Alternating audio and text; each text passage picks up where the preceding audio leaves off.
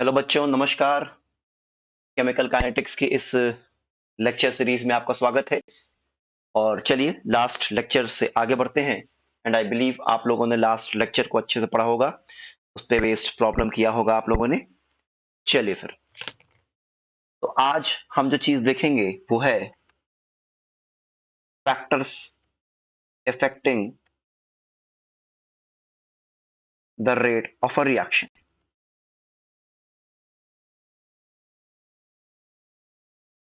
Factors affecting the rate of a reaction, कौन कौन से ऐसे फैक्टर्स हैं जो कि किसी रिएक्शन की रेट को इफेक्ट करते हैं। तो बेटा लेट मी टेल यू, किसी भी रिएक्शन को इफेक्ट करने के लिए कई सारे फैक्टर्स रिस्पॉन्सिबल हैं। उनमें से कुछ फैक्टर्स जो हमारे काम के हैं, जो हमें पढ़ने हैं, मैं वो वहां पे लिखता हूं, यहां पे लिखता हूं, और एक एक करके हम उन फैक्टर्स को डिस्कस करेंगे। सबसे पहला factor, nature of participating species. ध्यान दो बेटा, जब मैं पार्टिसिपेटिंग स्पीशीज कहता हूं उसमें रिएक्टेंट्स एंड प्रोडक्ट्स दोनों का ही इन्वॉल्वमेंट होता है। दूसरा, concentration of participating species।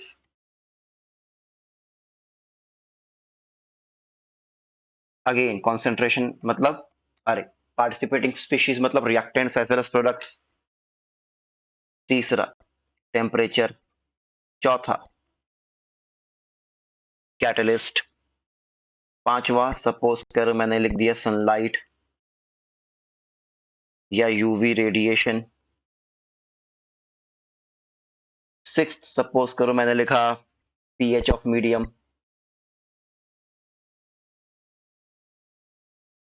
And seventh मैंने लिख दिया इलेक्ट्रिक एंड मैग्नेटिक फील्ड। ठीक है ना? तो लेट मी टेल यू बेटा, ये जो मैंने छह सात फैक्टर्स लिखे, इनमें जो पहला फैक्टर है जो कि है nature of reactant and product, ये फैक्टर कंप्लीटली थ्योरेटिकल है। ठीक है ना? इस फैक्टर से सिर्फ हमको थ्योरी बेस्ड चीजें देखनी है, इसमें न्यूमेरिकल्स वगैरह आपको नहीं देखने हैं। सबसे इंपॉर्टेंट फैक्टर जो कि रेट ऑफ रिएक्शन को इफेक्ट करता है वो क्या है? Concentration of participating species. वो क्या है? Concentration of participating species. और 80 से 90% हमारा चैप्टर इसी पे बेस्ड रहेगा कि किस तरह से concentration of participating species rate of reaction को गवर्न करेंगी। ठीक है ना? Effect of temperature and pressure भी आप देखोगे, sorry, effect of temperature and catalyst भी हम देखेंगे। ये हम देखेंगे आर्हीनियस इक्वेशन में। इसमें देखेंगे आर्हीनियस इक्वेशन में। थोड़ा बहुत हम effect of sunlight and UV radiation भी देखेंगे। पीएच ऑफ मीडियम क्या है? पीएच ऑफ मीडियम है कंसेंट्रेशन ऑफ H+ आयन या फिर कंसेंट्रेशन ऑफ OH-। वो ऑब्वियस सी बात है, कंसेंट्रेशन वाले टर्म में कवर हो ही जाएगा। और अंत में एक फैक्टर और आएगा, इलेक्ट्रिक और मैग्नेटिक फील्ड, जिसके बारे में हमें ज्यादा नहीं देखना है। तो सबसे इंपॉर्टेंट फैक्टर्स जो कि रेट ऑफ रिएक्शन को गवर्न करेंगे, जो हमें पढ़ना है, वो second, third, fourth. Concentration, temperature और कैटलिस्ट किसी रिएक्शन की रेट को कैसे गवर्न करती हैं, इफेक्ट करती हैं। हैविंग सेड दैट, चलिए आइए इन एक एक फैक्टर्स को हम डिस्कस करने की कोशिश करते हैं। तो सबसे पहला फैक्टर, सबसे पहला factor, nature of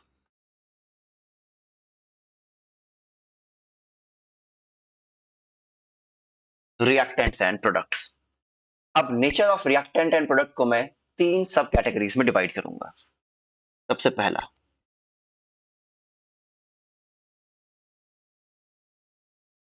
physical state of reactants and products.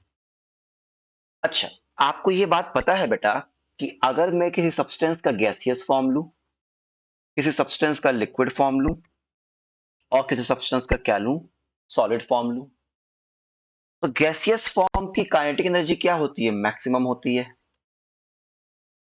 Gaseous form की काइनेटिक एनर्जी क्या होती है? मैक्सिमम होती है। और चूंकि काइनेटिक एनर्जी मैक्सिमम होगी, इसका मतलब इनके मॉलिक्यूल्स में कोलिजन्स भी मैक्सिमम होगा। और जब कोलिजन्स मैक्सिमम होगा तो इनका रेट ऑफ रिएक्शन भी क्या होगा, हाई हो जाएगा। वैसे ही अगर आप लिक्विड में जाओ, लिक्विड स्टेट में काइनेटिक एनर्जी क्या हो जाती है, थोड़ी सी कम हो जाती है एज कंपेयर टू गैस, और सॉलिड्स में काइनेटिक एनर्जी और भी कम हो गई। तो इसका मतलब अगर मैं रेट ऑफ रिएक्शन की बात करूं तो सबसे ज्यादा रेट ऑफ रिएक्शन किसमें होगा, गैसियस फेज में, उससे कम लिक्विड फेज में, उससे कम सॉलिड फेज में होगा। इसका मतलब मैं कह सकता हूं कि homogeneous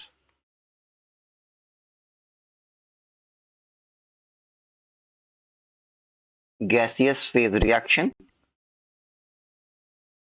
will have maximum rate। ठीक है ना।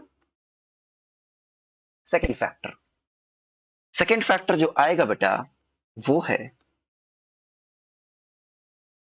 Surface area of reactant. Second factor जो आएगा वो क्या है, सरफेस एरिया ऑफ रिएक्टेंट। तो let me tell you about surface area बेटा। जैसे जैसे सरफेस एरिया ऑफ रिएक्टेंट बढ़ता है वैसे वैसे रेट ऑफ रिएक्शन भी क्या होता है, बढ़ता है। क्यों, आप ये समझो। और सरफेस एरिया बढ़ता कैसे है, सरफेस एरिया ऑफ रिएक्टेंट को बढ़ाने के लिए हम उस सब्सटेंस को डिवाइड करते हैं छोटे छोटे पार्ट में। जितना ज्यादा आप किसी सब्सटेंस को डिवाइड करोगे उसका सरफेस एरिया क्या होगा, उतना ही ज्यादा बढ़ता रहेगा। जैसे आप समझो, मान लो मैंने एक क्यूब लिया बेटा,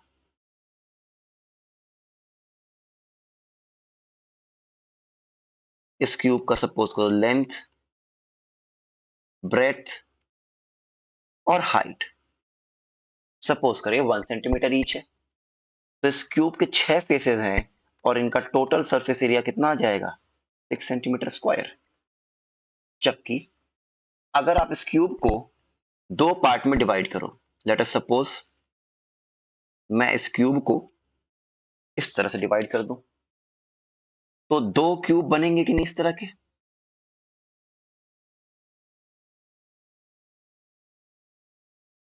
इस तरह के 2 क्यूब बनेंगे।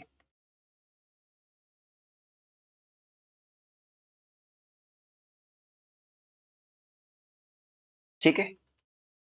अब जरा इन दोनों क्यूब का टोटल सरफेस एरिया निकालो। एक बात और डायमेंशंस में देखो, ये तो 1 सेंटीमीटर रहेगा, ये भी 1 सेंटीमीटर रहेगा, लेकिन ये हाइट कितना हो गया, 1/2 सेंटीमीटर। इस क्यूबॉइड के अगेन 6 फेस हैं, जरा इनका निकालिए टोटल सरफेस एरिया।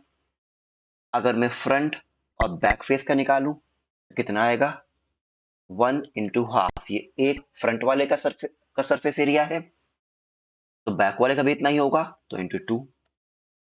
प्लस अगर आप टॉप एंड बॉटम का निकालो तो 1 × 1, लेकिन 2 है, टॉप और बॉटम ×2। और अगर आप लेफ्ट एंड राइट का निकालिए बेटा तो कितना आएगा, 1 × 1/2। इस तरह के 2 हैं तो ×2, सम करो कितना आ गया, 4 सेंटीमीटर स्क्वायर। सिमिलरली इस वाले क्यूबॉइड का भी कितना आएगा, 4 सेंटीमीटर स्क्वायर। तो इस केस में जो टोटल सरफेस एरिया है वो कितना हो गया, 8 सेंटीमीटर स्क्वायर। ऐसा क्यों हो रहा है, क्योंकि जब आप ट्यूब को कट कर रहे हो तो जहां से आप कट कर रहे हो वहां पे फ्रेशली नया सरफेस एक्सपोज हो रहा है कि नहीं, बताओ। ये सरफेस नया क्रिएट हुआ है, ठीक है ना, इसलिए टोटल सरफेस एरिया बढ़ गया। मान लो इस क्यूबॉइड को मैंने फिर 2 पार्ट में डिवाइड किया, इन दोनों को, तो टोटल सरफेस एरिया और भी बढ़ जाएगा। ठीक है ना। तो जैसे जैसे किसी सब्सटेंस को आप फाइनली डिवाइड करते हो वैसे वैसे उसका सरफेस एरिया बढ़ता है, एज वेल उसका रेट ऑफ रिएक्शन भी बढ़ता है। ठीक है ना। तो लिखता हूं क्या, on finally dividing a substance, comma, its total surface area increases and hence the rate of reaction also increases। इसका एग्जांपल आप समझो, जैसे मान लो मैंने आपको मैं इसका बहुत ही डेली लाइफ का एग्जांपल देता हूं। जैसे एक होता है मिश्री, जो भगवान जी को प्रसाद भोग लगता है ना, स्पेलिंग मुझे नहीं पता उतना। और दूसरा होता है शक्कर, जो हम लोग किचन में यूज करते हैं। और तीसरा होता है चीनी का बुरादा, जो पाउडर्ड फॉर्म में होता है। पानी में सबसे तेजी से कौन घुलता है, चीनी का बुरादा ना। शक्कर उससे स्लो घुलेगा और मिश्री और स्लो घुलेगा। तो इसका मतलब जैसे जैसे मैंने किसी सब्सटेंस को पाउडर्ड फॉर्म में कन्वर्ट किया, उसका इफेक्टिव सरफेस एरिया बढ़ा और रेट ऑफ रिएक्शन भी क्या हुआ, बढ़ा। मेरी बात समझ में आ रही है? This is the rate of dissolution.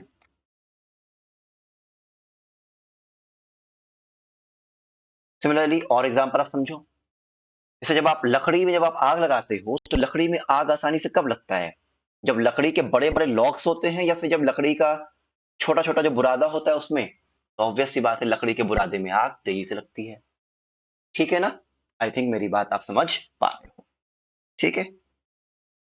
Nature of reactant and product का तीसरा पार्ट जो रहेगा, ए हो गया, बी हो गया, C chemical nature of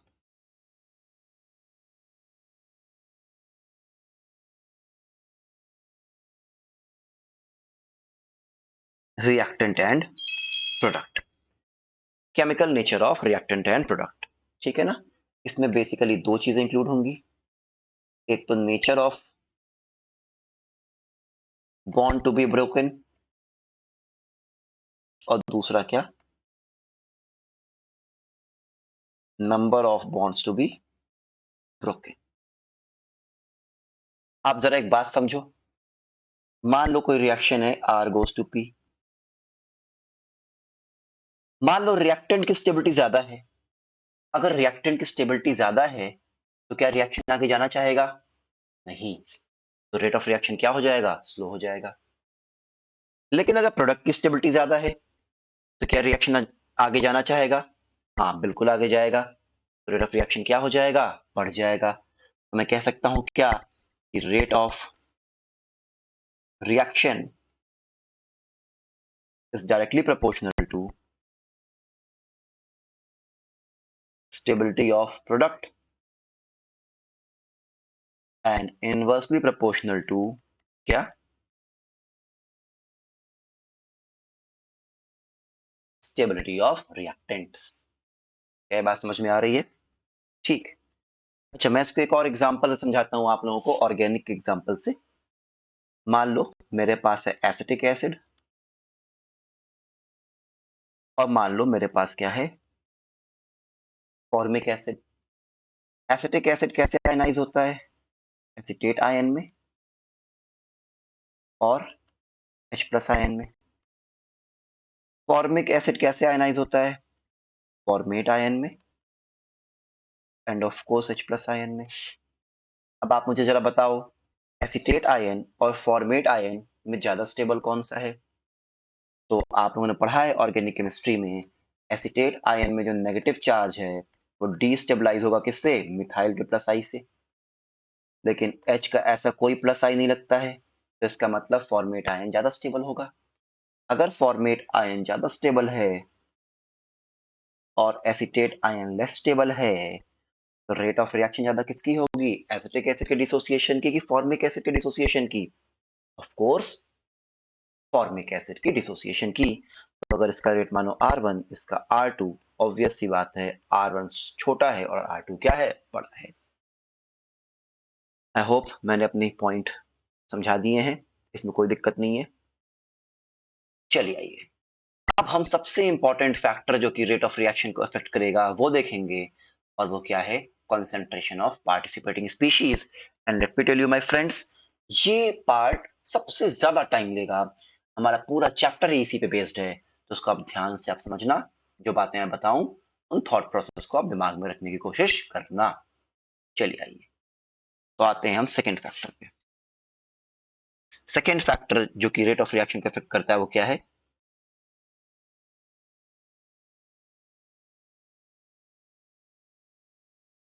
concentration of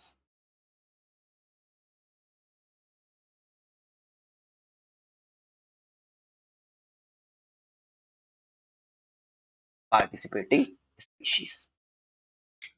अब देखो, जब आप कंसंट्रेशन की बात कर रहे हो बेटा, तो यहां पे आप मान लो रिएक्शन गैसियस फेस की है, तो यहां पे आप इफेक्ट ऑफ पार्शियल प्रेशर और इफेक्ट ऑफ वॉल्यूम भी आप ऑटोमेटिकली कवर कर ले रहे हो। कैसे? गैस के लिए आपने क्या पढ़ा है, फॉर आइडियल गैस आपने पढ़ा है P is equal to NRT by V, और ये n अपॉन v क्या होता है, कॉन्सेंट्रेशन होता है, उसको c मान लो, P is equal to CRT।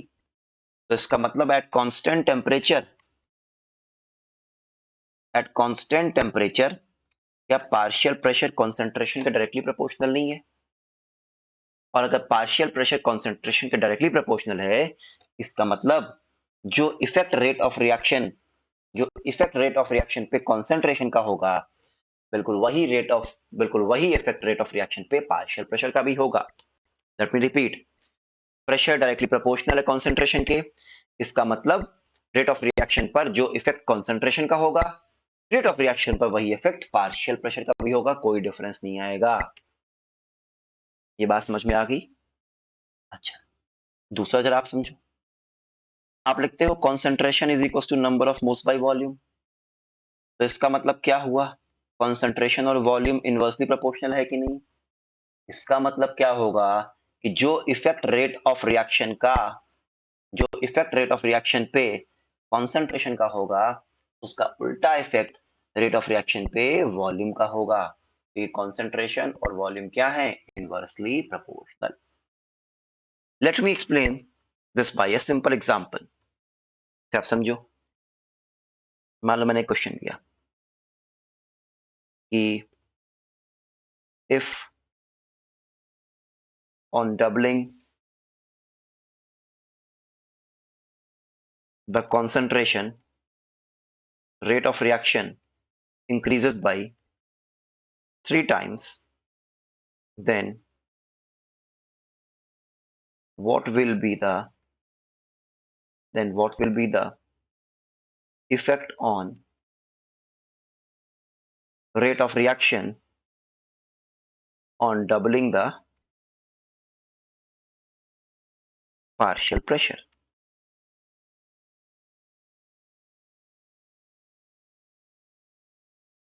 कह रहा है कि कंसंट्रेशन डबल करने पर रेट ऑफ रिएक्शन 3 गुना हो गया, तो बताओ उसी स्पीशीज का पार्शियल प्रेशर डबल करने पर रेट ऑफ रिएक्शन पे क्या इफेक्ट करेगा? तो आपने पढ़ा जो इफेक्ट कंसंट्रेशन का होगा वही इफेक्ट पार्शियल प्रेशर का भी होगा। तो अगर कंसंट्रेशन डबल करने पर ROR 3 गुना हो जाएगा, तो पार्शियल प्रेशर डबल करने पर भी rate of reaction will increase by 3 times. Easy, no rocket science, ठीक है ना? अच्छा, अगला क्वेश्चन जैसे मान लो मैंने कहा कि if on doubling the concentration, rate of reaction increases by 2 times, then what will be the effect on rate of reaction if volume of container is halved?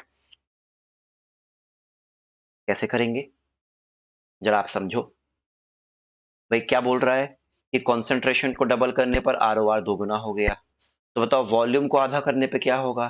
तो बेटा आपको मैंने पढ़ाया कि कंसंट्रेशन और वॉल्यूम का इफेक्ट इनवर्स होता है, तो क्या वॉल्यूम को आधा करने पर कंसंट्रेशन डबल नहीं हो जाएगा? वॉल्यूम को आधा करने पर कंसंट्रेशन डबल हो जाएगा, तो जब कंसंट्रेशन डबल होगा तो रेट ऑफ रिएक्शन भी क्या हो जाएगा, 2 times. Rate of reaction increases by 2 times. क्या ये बात समझ में आ रही है? I hope I have made my point very clear. इन सभी चीजों को पढ़ना, नेक्स्ट लेक्चर में फिर से मिलते हैं। Thank you all, a very happy learning. Thank you.